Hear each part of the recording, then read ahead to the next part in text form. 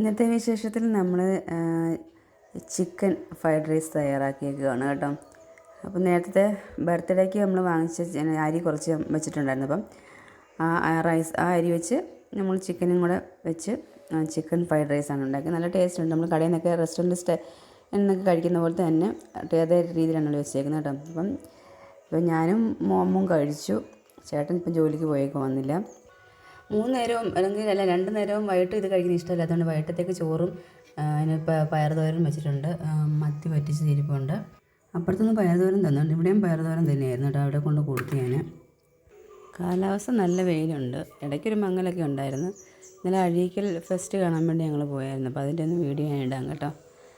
കാലാവസ്ഥയൊക്കെ നല്ല വെയിൽ തന്നെയാണ്. മുളക് കഴുകിയിട്ട് ഉണങ്ങാനായിട്ട് ഇട്ടേക്കൂടെ. കുറച്ച് കഴിയുമ്പോഴത്തേക്ക് വെയിലങ്ങ് കൂട്ടും. അപ്പോൾ ഇനി വെയിൽ കുറയും. ഇന്നത്തേക്ക് എടുക്കണം. ഇതൊക്കെയാണ് നമ്മൾ ഇന്നത്തെ